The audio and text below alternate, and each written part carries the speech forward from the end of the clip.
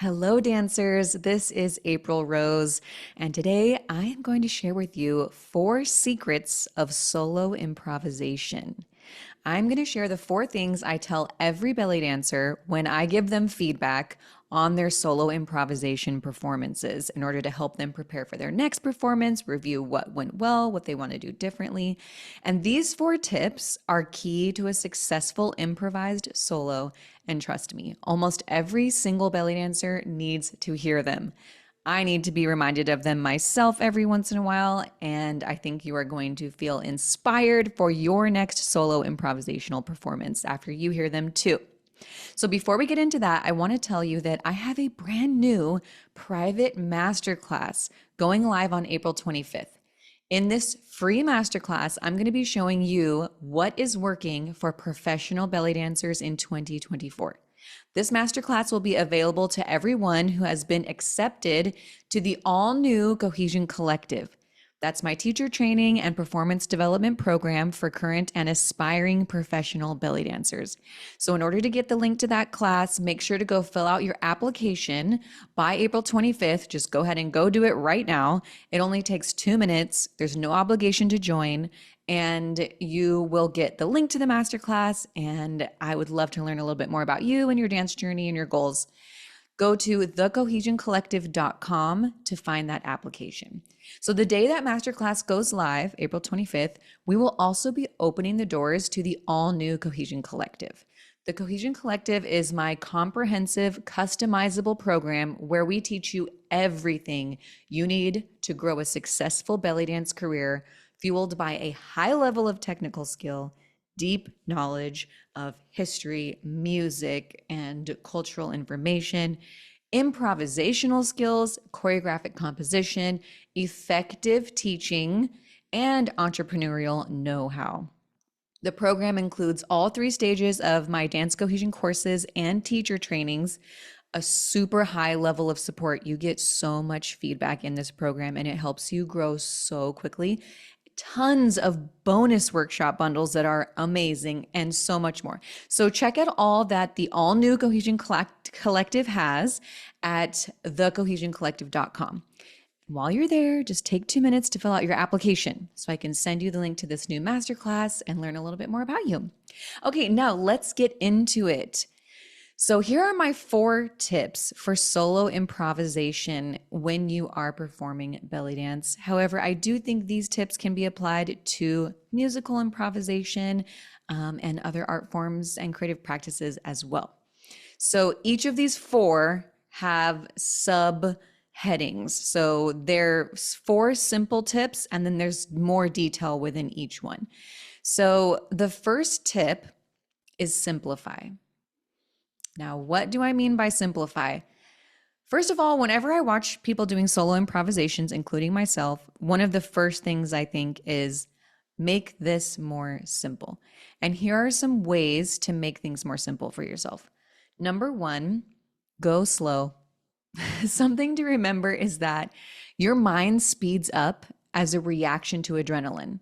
So when you are performing and your body is being pumped with adrenaline, your mind is very reactive. It is moving very quickly, and it makes it seem like the music is going slower. The audience is reacting slower. It makes it seem like the external environment is going very slowly. And so you feel that you want to speed things up to help make it more interesting, to make it more exciting. But in all likelihood, you're actually moving too fast and you need to slow down. So even though your mind is working really fast because of all that adrenaline in your body, the suggestion I have for you is to know that that's happening and then employ restraint. So go slower than you think you should. Try slowing your movement down, even if you feel like it's too slow. Then when you watch it later, you might be pleasantly surprised. Another way to simplify is to repeat movement, repeat phrases in general, to value repetition. So do a movement or phrase and then repeat that movement or phrase. You could even change orientation. Say you do a phrase or a combination while facing the downstage right diagonal. You're engaging with those people, you're being seen from that angle, and then you change orientation, face the downstage left diagonal, engage with those people, be seen from a different view, and do the same exact phrase. So just switching your orientation can help it make more of a dynamic experience. So don't forget that repetition serves as an anchor for the audience. So just like we love to listen to the chorus of a song because we recognize it, we enjoy it, it makes us feel like we understand the song, we have something to expect, that there's a structure there. A lot of times when I see belly dancers in their solo improvisations, it is new idea after new idea after new idea after new idea. And once I see a bunch of new ideas in a row, it's hard to pay attention and it's hard to feel anchored in the performance because I'm craving some repetition. I'm craving to relax and to understand the structure of what's happening. So don't forget that you don't need to do something new during every moment of your dance. It is okay and awesome to repeat movement and repeat phrases. You can even add little dynamic changes to that repetition. The song is repeating, right? The phrases in the song repeat, the melody repeats over and over again. So use that as inspiration. Okay, another way to simplify is to be still. So literally stop moving some of the time. Just be still, even if only for a few counts. It punctuates the dance in a really nice way. And while you're still, strike a pose.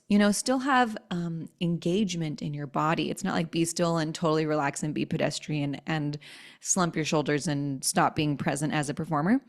Be still, but be in your dancer energy. And while you're still, use your facial expressions instead of your body.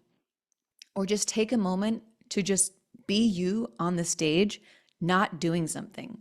It really helps the audience pay attention to the movement when it is punctuated by stillness. Okay, another way to simplify is to move only one body part at a time. So calm your mind by moving just one body part. So maybe you just move your hips only.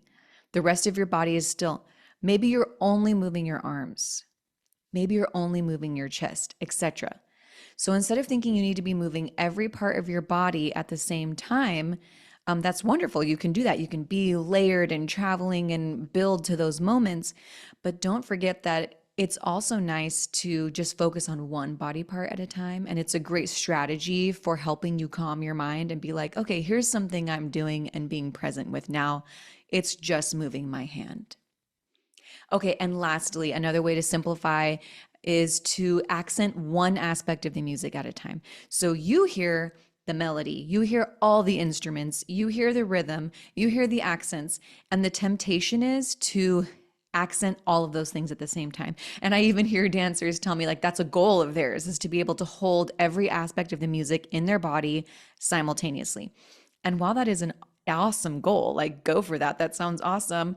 Don't be in that place all the time because most likely the audience is not going to be able to understand that you are holding the rhythm, the instruments, and the melodic phrases in your body simultaneously. It's just going to look messy.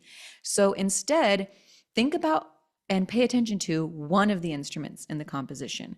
So dance to just the flute, just the oud, just the kanun. Listen to the instruments and take your time with each one. Give each instrument its moment and have a relationship with that instrument and let the audience know like, hey, the accordion is taking a solo right now and I'm being with the accordion right now. You can repeat melodic phrases. So that's one aspect of the music. If a melody is there, there's different instruments doing different things. There's the rhythm in the background, but maybe you just dance to the melody only and you're just bringing the melody out, the repeating melody. Or maybe you just dance to the rhythm the backing rhythm, and maybe, the tabla is taking a takasim or a solo or something, then you would accent just that one instrument. Okay, now moving on to number 2, as my second tip for solo improvisation, is one of the most important, which is to be present. Number 1, enjoy yourself. When a performer is enjoying themselves, when they're connected to their body and they're in the present moment, not thinking about what am I going to do later? What did I do earlier? How's the audience receiving this? Is my costume about to fall off? When they're present and connected to their own experience and what it feels like to be in their body, and what it feels like to be dancing to that music, it makes the audience feel at peace and engaged. So if you're distracted as a performer and you're not in your body, then the audience is also distracted. Think about being present as almost like an elevated state of consciousness, or like a hypnotizing state, right? Like a meditative state. You're doing like an energy healing for the audience by holding yourself in the present moment and paying attention to what it feels like to be in your body dancing. And that is a gift that you're giving the audience.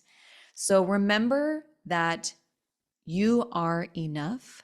This also kind of relates to simplify, but I have it under the heading of be present. So just know when you're performing that you are enough. We're not just there to see what you do with your body and with the music. We want to see who you are. So many audience members are inspired by performers, not because of their display of extreme skill and not because of their display of their depth of knowledge, but because they are just taken by the person's presence and power as a human being on stage, being vulnerable, being seen, and sharing their emotions, their frequency, their talent with the world. That alone is inspiring. So Aziza, the dancer in Canada who I love so much, she has a phrase which is share, don't show. So instead of showing all of your skills off, share yourself, share your emotion state, share your frequency, share how you feel with the audience. And the audience is going to fall in love with that and be so appreciative of the opportunity to be in that moment with you. So be present. Okay, the third tip is set yourself up for success. Now, this is very practical. This is a very practical tip, and I think it's the one that people overlook a lot. So here are several ways you can set yourself up for success. Number 1, if you have your kids in the audience, make sure they're attended to by someone who's going to take care of their needs, so that when you're performing on stage, you're not distracted thinking about, are my kids okay? Are they going to freak out? Because sometimes that does happen. Sometimes young children, they get overwhelmed by seeing their parent or loved one on stage performing, and they might cry as a result of that, or they want to enter the performance space and be held by you. So you need to prepare for this and know that it might happen, and have a grandparent there, a friend, someone who is going to be a trustworthy person and will be there for your kid to make sure that they are feeling okay and that they're staying safe. So sometimes young children need to be removed from the performance area because they are distracting to you as the performer. And you need to leave them with a safe and loving person so that you can trust that it's okay. You know, if somebody walks out with your kid because they start crying, they can't handle your performance, you know that they're being held with love and support. So something to think about. Another way you can set yourself up for success is to make sure you've danced in your costume before. So even including your accessories like your jewelry, headpieces, shoes, of course, props, and even your hairstyle, like how you've chosen to style your hair. This way, none of your brain power has to go to worrying that you might have a costume malfunction. When you perform for the first time in a costume you've never worn before, a lot of your brain power is going to, is the zipper still up? Is my bra about to come undone? My headpiece feels uneven. I accidentally just smacked myself in the face with my necklace when I did a forward fold. So you need to have a practice round in every aspect of your costume before you step on stage. Even if you have a super reliable costume, you need your brain to be able to know that. You need to give yourself reassurance so that you're not thinking about it and being distracted, because otherwise you won't be able to be present. Okay, and you also want to know the song really well so that you can highlight the melodic phrases, the accents, the breakdowns, the rhythms, the climaxes, and the different sections in the song. So, another way to be really prepared and set yourself up for success is to know your song really well. You can listen to it while you're doing your makeup, while you're getting your costume picked out, and just get to know it really, really well. Dance to it a few times before you step onto your performance space. And you also might even have a loose outline of what you plan to do when. What are you going to do with your entrance? Is there going to be a section for floor work? Will you have a section to go participate in the audience and go be cheeky with the audience? Are you going to have a section where stillness feels correct? Where you're going to focus only on your isolations? Or are you going to be traveling around the space during a certain moment? Or is there a certain point in the song where you're going to be doing shimmies and it's going to be the shimmy section? Is there a point in the song when you're going to be focused on only your arms? So have a little bit of a loose outline and know the structure of the song and have some plans so that you have little anchors along the way for yourself to help you stay present and to help you keep it simple and to help you have a plan. Okay, and lastly, to set yourself up for success, make sure you've set foot on the performance space before you dance, either barefoot or in whatever shoes you're going to dance on. It's helpful to feel the friction between your feet and the performance surface space. And also to just know the size of the space, like especially if you're going to be traveling, how much effort does it take to go from one end of that space to the other? How do you intend to use that space? So go see if you can step into the space and feel the texture of the floor and experience what it's like to be, looking out at the audience from the perspective of on the stage or in the performance area so that you feel prepared and you're setting yourself up for success. Okay, the last tip is to follow through. And I mean this in two ways. The first way is to, and this I tell so many people, this is one of the most important things. Finish one idea or movement before you move on to the next idea. So a lot of times in people's improvisations, I see them begin an arm movement and then abandon that and then begin a hip movement and abandon that and start traveling. And none of the ideas or the movements are being completed. So when a dancer begins a bunch of ideas that never finish and they all interrupt one another, it feels disjointed and it is less interesting to watch. And sometimes I think people feel like compelled to make things interesting by constantly having new ideas and beginning something new. And instead, I would encourage you to, if you begin an idea, maybe you're traveling to one space, you're doing a sweeping movement with your hand, you're doing an undulation in your torso, finish the undulation in your torso and let a beat go by before you move on to moving your hands. Stop moving your hands in that big sweeping motion. Once you've reached the apex of that motion, take a beat and then begin to travel over to the opposite side of the room. So have a follow through on each individual idea that occurs to you in the moment while you're improvising. And another thing I mean by follow through is follow through on actually doing the performance. So instead of just practicing at home or setting up performance opportunities that you cancel last minute, actually do your performance, even if it feels scary, even if you don't feel ready. It's so rare that we feel 100% ready for something.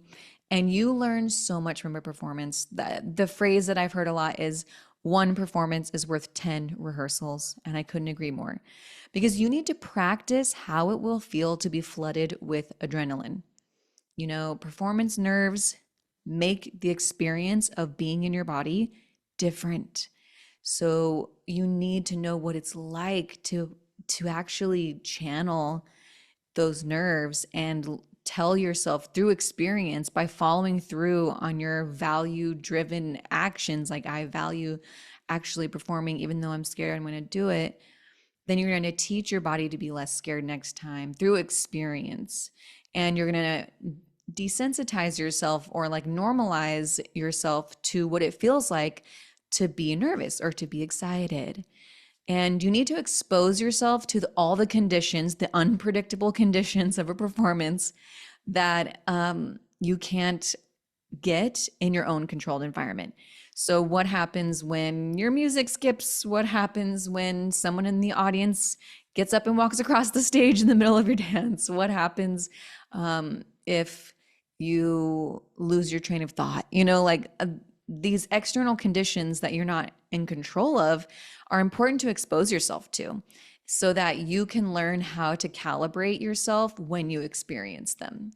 So follow through on actually doing your improvisational performances, and you will learn so much and you'll be so glad you did it. So these are the things that I tell the members of the Cohesion Collective when they've completed their first milestone in the program. So we have these 3 performance milestones.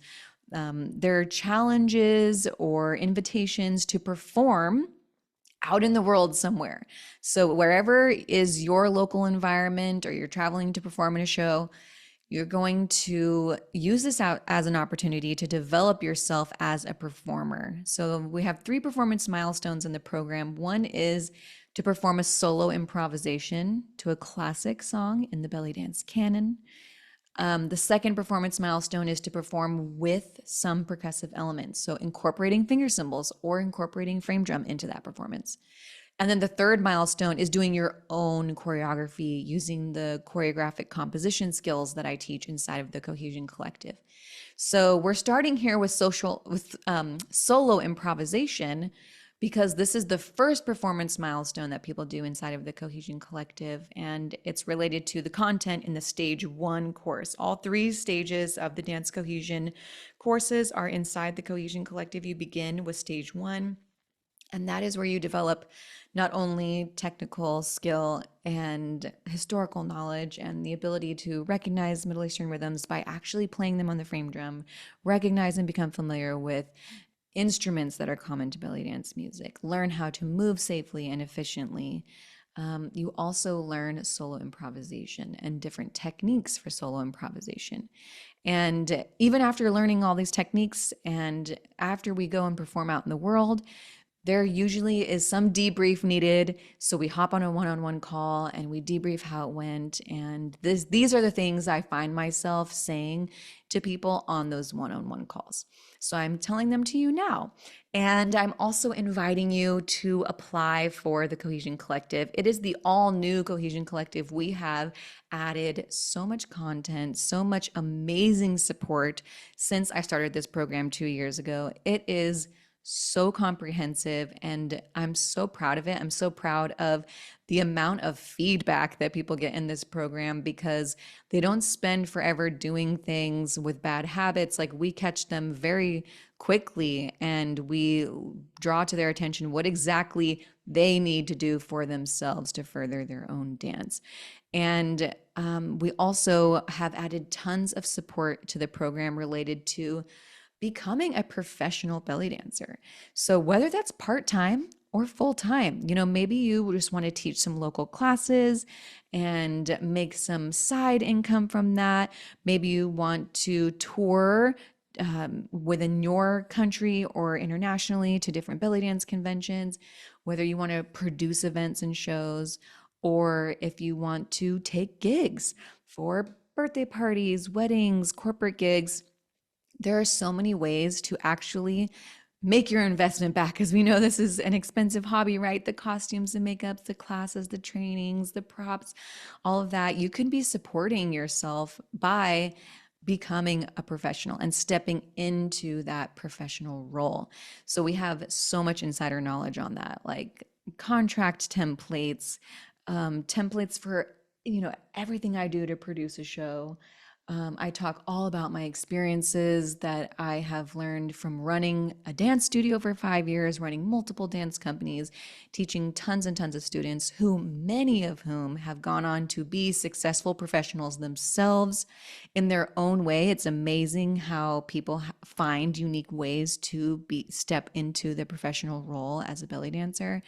And I want you to get the inside scoop at my new masterclass, which will be going live on April 25th. This masterclass is free. It is going to be available only to people who have been accepted to the Cohesion Collective. So, in order to get the link to that masterclass, where I'm going to be showing you what is working for professional belly dancers in 2024, you need to go to thecohesioncollective.com and fill out your application. It only takes 2 minutes. There's no obligation to join. It's super simple. And I would love to bring you in on that insider information. Okay, I hope you enjoyed this talk about the 4 secrets of solo improvisation. Let me know what you think. I always love to hear reactions and responses. So email me, DM me, and let me know if you got any inspiration from this talk, and also what else you'd like to hear me talk on, because I love to provide valuable resources to everyone who stays in touch with me. Okay, I hope you are having an amazing day, and I really hope to read more about you, your background, and your goals in your application. Talk to you soon.